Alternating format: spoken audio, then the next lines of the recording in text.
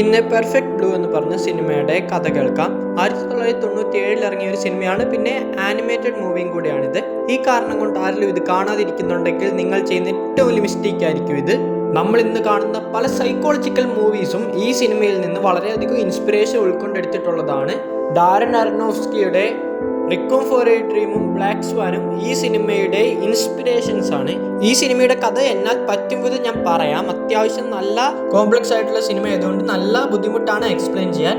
എന്നിരുന്നാലും സിനിമയുടെ കഥയിലോട്ട് കടക്കാം. സിറ്റിയിൽ മുഴുവനായിട്ട് ഒരു റൂമർ പരക്കുവാണ്. ഇന്നാണ് നീനയുടെ ലാസ്റ്റ് സിംഗിങ് ഡേ. നീന എന്ന് പറയുന്നത് ഒരു സിംഗറാണ്. ഇതിന്റെ പേരിൽ അവിടെ പല പ്രശ്നങ്ങളും നടക്കുന്നുണ്ട്. പലരും അങ്ങോട്ടും ഇങ്ങോട്ടും ഇതിനെ ചൊല്ലി ഡിബേറ്റ് എല്ലാം ചെയ്യുന്നുണ്ട്. പിന്നെ ഇവിടെ കാണുന്ന 4 പേര് ഈ നീമയുടെ ലാസ്റ്റ് പ്രോഗ്രാമിൽ നല്ല പ്രശ്നം ഉണ്ടാക്കിയവരാണ്. ഇവരുടെ സ്വഭാവം തന്നെ ഇങ്ങനെയാണ്. നീമയുടെ ടീമിനെ കാണിക്കുവാണ്, പിന്നെ അവളുടെ മാനേജർ റൂമിനെയും കാണിക്കുന്നുണ്ട്. പിന്നെ ഒരു സ്റ്റേജ് പെർഫോമൻസ് ആണ് കാണുന്നത്. നീനയും അവളുടെ ടീമും കൂടെ സ്റ്റേജിലോട്ട് കയറി ചെന്ന് പെർഫോം ചെയ്യുവാണ്. കുറെ കാണികളെല്ലാം തന്നെ ഉണ്ട്, കാരണം അവൾ അത്യാവശ്യം ഫേമസ് ആയിട്ടുള്ള ഒരു സിംഗറാണ്.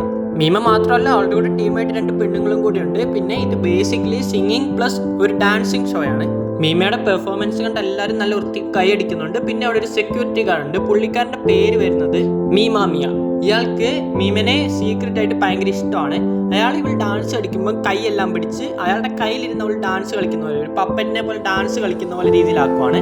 ആ സമയത്ത് നേരത്തെ പ്രശ്നം ഉണ്ടാക്കാന്ന് പറഞ്ഞ 4 പേരില്ലേ, അവരവിടെ അലമ്പുണ്ടാക്കുവാണ്. വീണ്ടും മീമാമിയനെ സെക്യൂരിറ്റി ഗാർഡ് എന്ന് വിളിക്കുന്നോട്ട് പുള്ളിക്കാരൻ അവിടെ ചെന്ന് പ്രശ്നം ഉണ്ടാക്കുവാണ്, ഇവളെ ഇംപ്രസ് ചെയ്യാൻ വേണ്ടി. പക്ഷെ അവരുടെ ഇയാൾ നല്ല തല്ലും മേടിക്കുന്നുണ്ട്. 4 പിള്ളേർ ഇയാളെ പിടിച്ചു വെച്ചിട്ട് അയാളുടെ മൂക്കിലിട്ട് അടി കൊടുക്കുകയാണ്. മൂക്കിൽ നിന്ന് ചോരെല്ലാം തെറിക്കുന്നുണ്ട്. ഇയാൾ കാരണം പ്രശ്നം ഫുൾ അലമ്പാവുകയാണ്. പക്ഷെ ഇത് കണ്ട് ഓഡിയൻസും ഈ സെക്യൂരിറ്റിനെ സപ്പോർട്ട് ചെയ്തതുകൊണ്ട് പുള്ളിക്കാരൻ രക്ഷപ്പെടുവാണ്. അവർ ഈ പിള്ളേർ നേരെ കുറെ ബോട്ടിൽസ് എല്ലാം വലിച്ചെറിയാണ്. അവരത് കണ്ട് പേടിച്ചോടുവാണ്. ആ സമയത്ത് സ്റ്റേജിലിരുന്ന് മീമ ഈ നാട്ടിലുണ്ടായിരുന്ന റൂമർ കൺഫേം ചെയ്യുവാണ്. അവളെ ആക്ടിങ് എന്ന പ്രൊഫഷൻ അവൾക്ക് ഇഷ്ടമായതുകൊണ്ട് അവൾ അതിലോട്ട് തിരിച്ചു പോവാണ്. പിന്നെ ഇവളുടെ ഗ്രൂപ്പ് ഇതുപോലെ തന്നെ നിൽക്കും, ഇവളില്ലാണ്ട് തന്നെ. ഇവളിനി ഈ ഗ്രൂപ്പിലോട്ടില്ല, ഇവൾ ആക്ടിങ്ങിന്റെ പുറകെ ആയിരിക്കും. ഇത് കേട്ട ആളുകളെല്ലാം ഡിസ്റ്റർബ് ആവുന്നുണ്ട്. ഈ ആളുകളെക്കാൾ ഏറ്റവും കൂടുതൽ വിഷമം ഉണ്ടാവുന്ന ഈ സെക്യൂരിറ്റി ഗാർഡിനാണ്. ഇയാൾക്കാണെങ്കിൽ പുള്ളിക്കാരനെ ഭയങ്കര ഇഷ്ടമായിരുന്നു.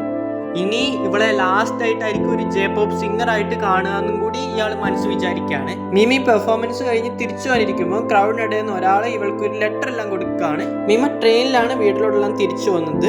അത് കഴിഞ്ഞ് നമ്മൾ കാണുന്ന എന്നാന്ന് വെച്ചാൽ ഇവള് കടയിൽ പോയിട്ട് അത്യാവശ്യം സാധനങ്ങളെല്ലാം മേടിച്ചിട്ട് അത് കഴിഞ്ഞ് വീട്ടിലോട്ട് വന്നിട്ട് അവളുടെ മീനിന് ഫുഡ് ഇട്ട് കൊടുക്കുകയാണ്. കുറച്ച് മീമ ഫുഡ് ഇട്ട് കൊടുത്ത ശേഷം അവളുടെ സിംഗിങ് കരിയറിന്റെ പല അവശിഷ്ടങ്ങളും ഫോട്ടോസും എല്ലാം പറിച്ചു കളയാണ്. പിന്നെ ലെറ്റേഴ്സ് ഓരോന്നായിട്ട് നോക്കുമ്പോൾ ഇവൾക്ക് പ്രത്യേകമായിട്ട് നമ്മൾ കണ്ടൊരു ലെറ്റർ ഇല്ലേ, അത് തുറന്നു നോക്കുമ്പോൾ ഞാൻ എപ്പോഴും മീമാസ് റൂം വിസിറ്റ് ചെയ്യും എന്നാണ് എഴുതിയിരിക്കുന്നത്.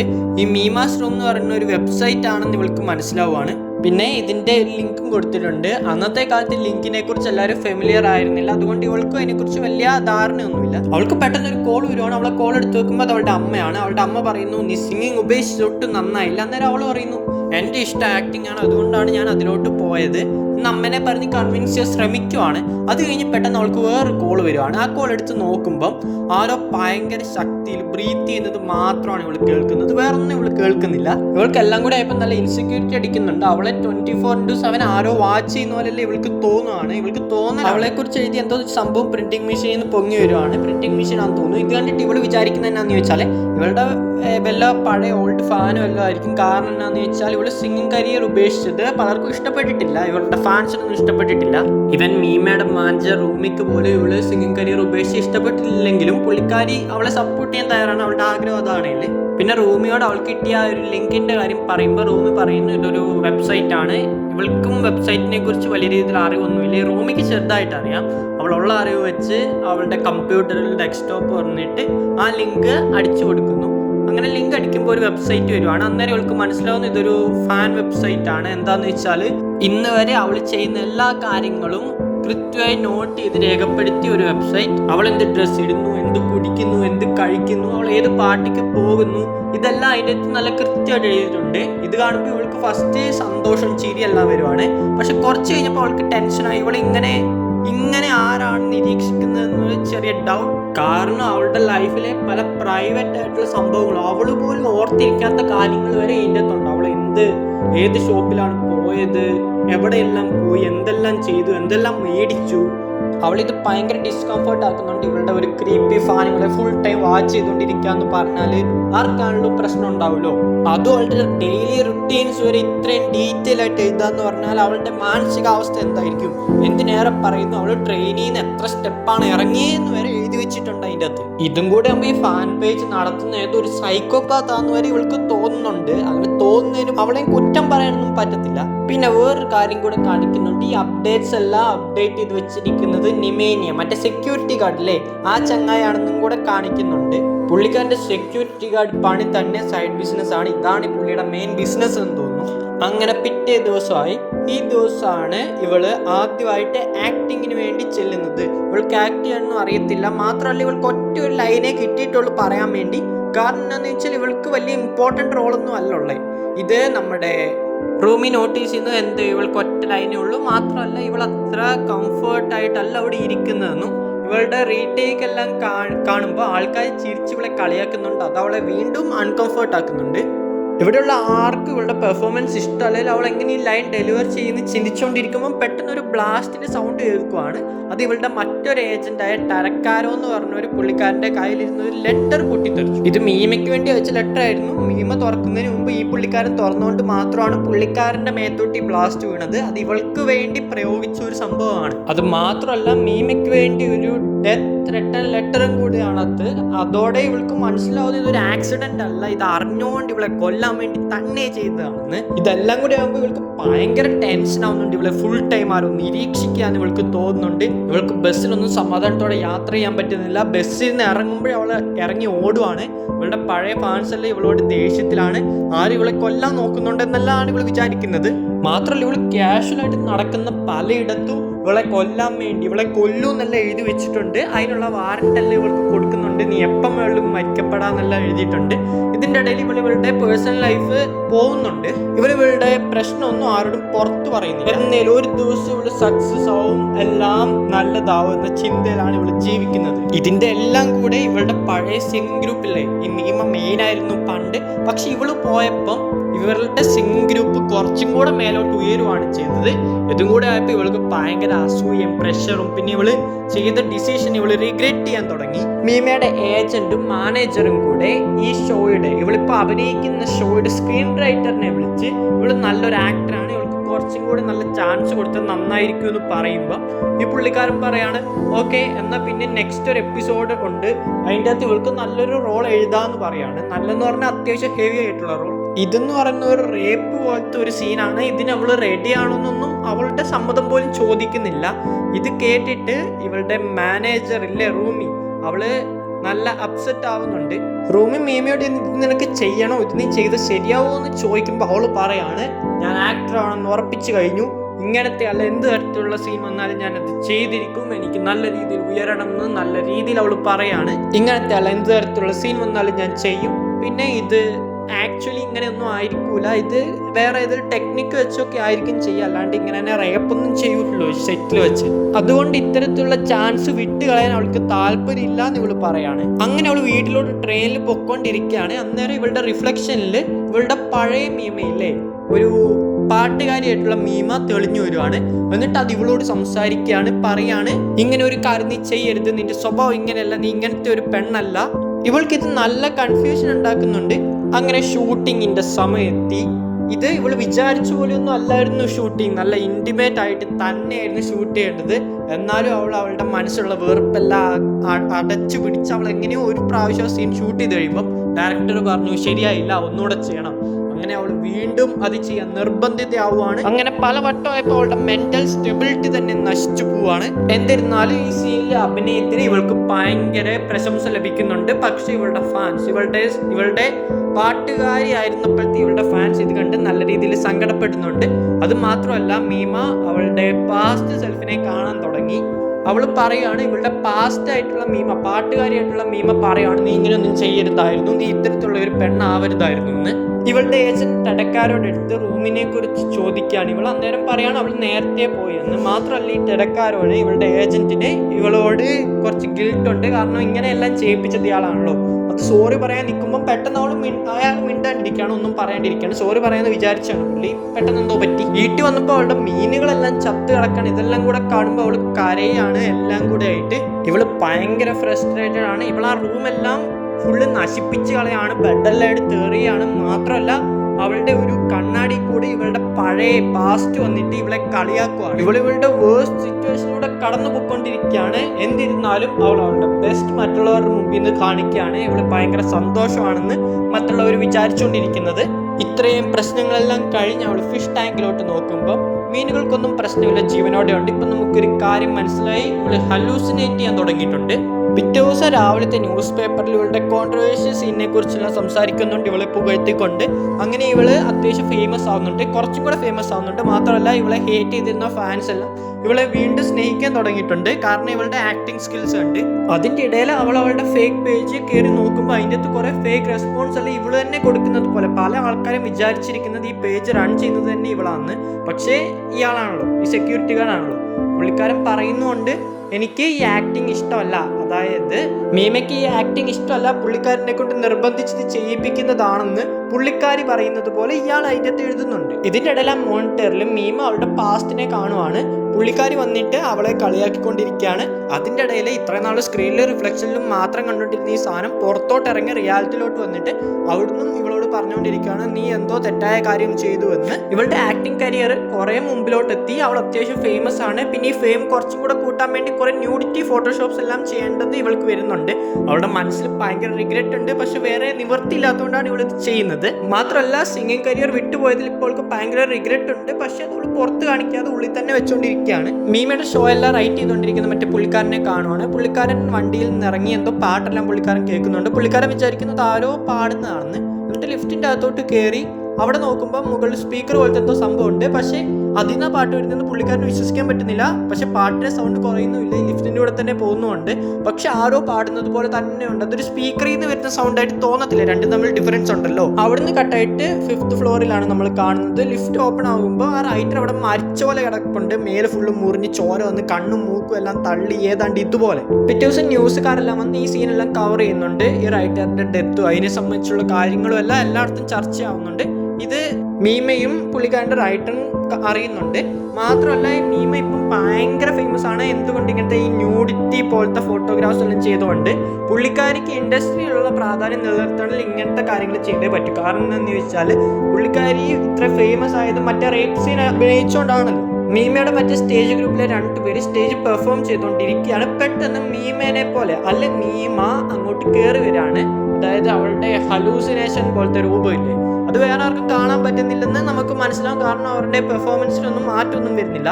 പക്ഷെ ഇത് മറ്റേ സെക്യൂരിറ്റി ഗാർഡ് കാണുന്നുണ്ട്. ഇത് മിക്കവാറും പുള്ളിക്കാരൻ ഹാലൂസിനേറ്റ് ചെയ്യുന്നതാവാൻ വഴിയുണ്ട്. പുള്ളിക്കാരനും ഒരു സൈക്കോപാത്ത് പോലെയാണല്ലോ എന്തായാലും. മാത്രമല്ല ഇത് കണ്ട് പുള്ളിക്കാരൻ ഭയങ്കര സന്തോഷത്തോടെ ചിരിക്കുന്നല്ലോണ്ട് ഭയങ്കര വിയേർഡ് ആയിട്ടുള്ള രീതിയിൽ. അത് കഴിഞ്ഞ് വീട്ടിലാണ് കാണിക്കുന്നത്. മീമ ഒരു ബാത്ത് ടബിൽ ഇരുന്നുകൊണ്ടിരിക്കുകയാണ്. അവൾക്കാണ് ഭയങ്കര സന്തോഷമുണ്ട്, അവൾ അത്ര വിയേർഡായിട്ടുള്ള കാര്യങ്ങൾ ചെയ്യുന്നുണ്ട്.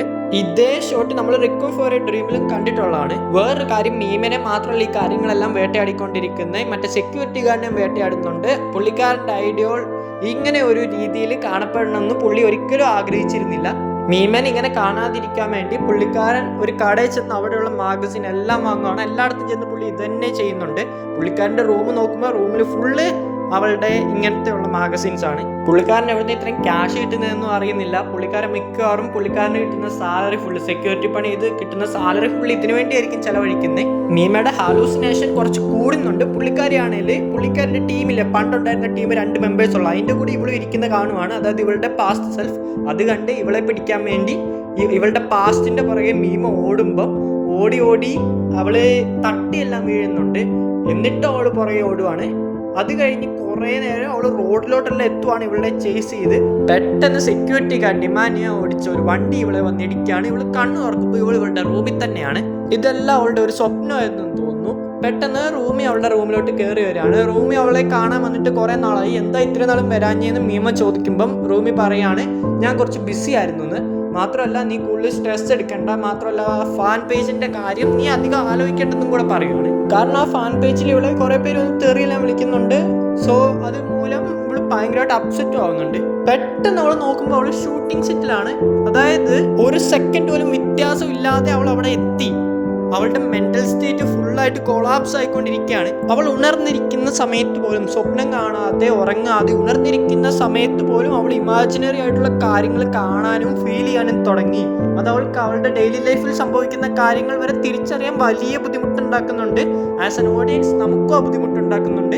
കാരണം എന്താണെന്ന് വെച്ചാൽ നമുക്കറിയുന്നില്ല ഏതാണ് സത്യം, ഏതാണ് ഇമാജിനേഷൻ. നമ്മൾ ഇത്രയും നേരം കണ്ടതിൽ പലതും ഇമാജിനേഷൻ ആവാം. ക്യാമറ അവിടുന്ന് തന്നെ കട്ടായിട്ട് മറ്റേ ഫോട്ടോഗ്രാഫറെ കാണിക്കുകയാണ്. ഇവിടെ ന്യൂഡ് ഫോട്ടോ ഒക്കെ എടുത്ത പുള്ളിക്കാരൻ വീട്ടിലാണ്. പെട്ടെന്ന് ഒരു പിസ്സ ഡെലിവറി ചെയ്യാൻ വേണ്ടി ഒരു പെണ്ണ് അങ്ങോട്ട് കയറി വരുന്നു. പുള്ളിക്കാരനെ കാണാൻ ഏതാണ്ട് മീമനെ പോലെ തന്നെ ഉണ്ട്. പുള്ളിക്കാരിയാണെങ്കിൽ ഇവനെ കുത്തി, കണ്ണിലും വയറ്റിലും എല്ലായിട്ട് കുത്തി ആ ക്യാമറമാനെ ക്രൂരമായിട്ട് കൊന്നു കളയുവാണ്. ക്രൂരമായിട്ടെന്ന് പറഞ്ഞാൽ അത് മീമ തന്നെയാണ്. അവള് കുറെ പ്രാവശ്യം കുത്തി അവളുടെ മനസ്സിലെ ദേഷ്യം തീരുന്നിടം വരെ കുത്തി അങ്ങ് കൊന്നു കളയാണ്. പെട്ടെന്ന് അവളുടെ കണ്ണ് തുറക്കുവാണ്. കാരണം എന്താണെന്ന് വെച്ചാൽ അവൾ ഇതെല്ലാം ഒരു സ്വപ്നം പോലെ അല്ലെ ഇമാജിൻ ചെയ്ത കാര്യങ്ങളായിരുന്നു. അവള് വിശ്വസിക്കുന്നു, ഓ പ്രശ്നമൊന്നുമില്ല, എല്ലാം സോൾവ് ആയാലോ എന്ന് വിശ്വസിക്കുമ്പം മറ്റേ ടെടക്കാരെ ഇവളെ വിളിച്ചിട്ട് പറയുക, മറ്റേ ക്യാമറമാൻ എങ്ങനെയോ മരിച്ചിട്ടുണ്ട്, അല്ലെ പുള്ളിനെ ആരോ മർഡർ ചെയ്തിട്ടുണ്ട്, അതുകൊണ്ട് നീ വീട്ടിൽ തന്നെ ഇരിക്കുക, കാരണം മീഡിയാസ് എല്ലാം നിന്നെ തന്നെ നോക്കിയിരിക്കുവാണെന്ന്. ഈ ക്യാമറമാൻ മരിച്ചത് നേരത്തെ ഈ ഇവളുടെ ഷോയുടെ സ്ക്രീൻ റൈറ്റർ മരിച്ചില്ലേ, അതേ പാറ്റേണിലാണ് കണ്ണെല്ലാം കുത്തിപ്പൊട്ടിച്ച്. എങ്കിലും അവൾക്ക് ഇതൊന്നും വിശ്വാസമാവുന്നില്ല. ഇത് വേറെ ആരെങ്കിലും കൊന്നായിരിക്കും എന്നല്ല ഇവള് വിചാരിച്ചുകൊണ്ടിരിക്കുമ്പം ഇവള് പെട്ടെന്ന് അവളുടെ റൂമിലെ ഒരു പെട്ടി തുറക്കുമ്പോൾ അതിൻ്റെ ഡ്രസ്സ് കിടപ്പുണ്ട്. ഇവള് നേരത്തെ സ്വപ്നത്തിൽ കൊല ചെയ്യാൻ ഉപയോഗിച്ച, സ്വപ്നം ഇവള് വിശ്വസിക്കുന്ന കൊല ചെയ്യാൻ ഉപയോഗിച്ച അതേ ഡ്രസ്സ് രക്തം പുരണ്ട അവിടെ കിടപ്പുണ്ട്. ഇതോടെ ഇവൾക്ക് കാര്യങ്ങളുടെ സീരിയസ്നെസ് മനസ്സിലായി. പേടിച്ചിട്ട് അവൾ പെട്ടെന്ന് തന്നെ ആ ഡ്രസ്സ് എടുത്ത് മറച്ചു വെക്കുവാണ്. മീമ പെട്ടെന്ന് തന്നെ ഒരു ഡ്രസ്സ് എല്ലാം എടുത്തിട്ട് പെട്ടെന്ന് തന്നെ ആ സ്ഥലത്തു നിന്ന് പോവാണ്. അത് കഴിഞ്ഞ് അവൾ ഷൂട്ടിംഗ് സെറ്റിലാണ്. ഷൂട്ടിംഗ് സെറ്റിൽ ഇന്ന് അവൾ എടുക്കുന്നത് എന്താണെന്ന് വെച്ചാൽ ഒരു മർഡർ സീനാണ്. അവൾ അവിടെ നോക്കുമ്പോൾ അവിടെ മരിച്ചു കിടക്കുന്നത് നേരത്തെ ഇവള് മരിച്ചെന്ന് വിചാരിച്ച അതേ ക്യാമറമാൻ ആണ്. പുള്ളിക്കാരൻ കിടന്നിടത്തുനിന്ന് ഇങ്ങനെ എഴുന്നേറ്റ് വരുമ്പോൾ പെട്ടെന്ന് അവൾ കണ്ണ് തുറക്കുന്നു. അവള് ഒരു പെണ്ണിന്റെ അടുത്താണ്. ഒരു സൈക്യാട്രിസ്റ്റ് ആണ് ആ ലേഡി എന്ന് പുറത്തു വരുമ്പോൾ മനസ്സിലാവുകയാണ്. കൂടെ കുറെ പോലീസുകാരെല്ലാം ഉണ്ട്. ആ സൈക്കാട്രിസ്റ്റ് ഇവരോട് പറയുന്നു, ഈ മീമയ്ക്ക് മൾട്ടിപ്പിൾ പേഴ്സണാലിറ്റി ഡിസോർഡർ ആണ്, അതില് ഒരു പേഴ്സണാലിറ്റിയാണ് ഈ കൊലപാതകങ്ങളെല്ലാം ചെയ്തതെന്ന്. എന്നിട്ട് മീമേനെ കാണിക്കുന്നു. പെട്ടെന്ന് അവിടെയുള്ള എല്ലാവരും കൈയടിക്കുകയാണ്. കാരണം എന്താണെന്ന് ചോദിച്ചാൽ ഇതൊരു സിനിമയുടെ ഷൂട്ടിംഗ് സെറ്റ് ആയിരുന്നു. ഇതെല്ലാം ഒരു സീൻ മാത്രമാണ്. ഇവള് നന്നായിട്ട് പെർഫോം ചെയ്ത ഒരു സീൻ. അവളുടെ ആക്ടിങ് കണ്ട് എല്ലാവരും അമ്പരപ്പെട്ട് നിൽക്കുവാണ്. റൂമി അവളുടെ അടുത്ത് വന്നിട്ട് നിന്റെ ആക്ടിങ്ങിൽ ഞാൻ ഭയങ്കരമായിട്ട് ഇംപ്രസ് ആയി എന്നെല്ലാം വന്ന് പറയാണ്.